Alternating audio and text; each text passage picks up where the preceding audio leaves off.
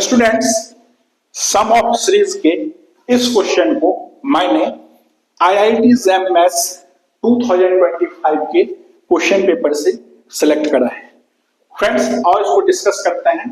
अपने पास एक infinite series कुछ ऐसा लिखा हुआ है, इसकी वैल्यू फाइंड करनी है। फ्रेंड्स, ध्यान से देखो, इस एक्सप्रेशन में मैं थोड़ी सी मैनिपुलेशन करा है। -1 टू द पावर n और -1 को अलग करा है, ठीक है। और देखो ध्यान से, पाई टू द पावर 2n रखा है, यहां 2 टू द पावर 2n रखा है, यहां से भी पाई अलग हो गया, यहां से 2 तो पाई बाई 2 इससे अलग हो गया, इससे -1 तो माइनस के पाई बाई 2 कांस्टेंट है, समेशन के बाहर लेके चले गए, कुछ ऐसा। समझ आ रहा है? अब ये कुछ ऐसा दिख रहा है। हम cos x का एक्सपेंशन जानते हैं, क्या होता है, कुछ ये होता है। इसको हम समेशन के फॉर्मेट में ऐसा लिखते हैं।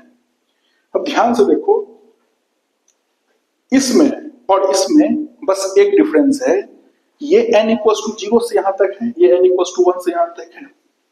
तो n इक्वल्स टू 0 से यहां तक है, इसका मतलब पहला टर्म इसमें 1 आता है, ठीक है। इसमें जब खोलोगे तो पहला टर्म 1 नहीं आता है।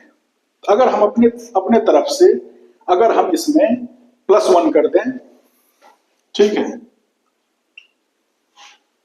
तो ये cos x एक्सपेंशन हो जाएगा। क्योंकि अपने तरफ से +1 किए हैं तो हमें -1 भी अपने तरफ से करने होंगे, ठीक है। तो हमने -1 भी अपने तरफ से कर दिया। ये पूरा किसका एक्सपेंशन हो जाएगा?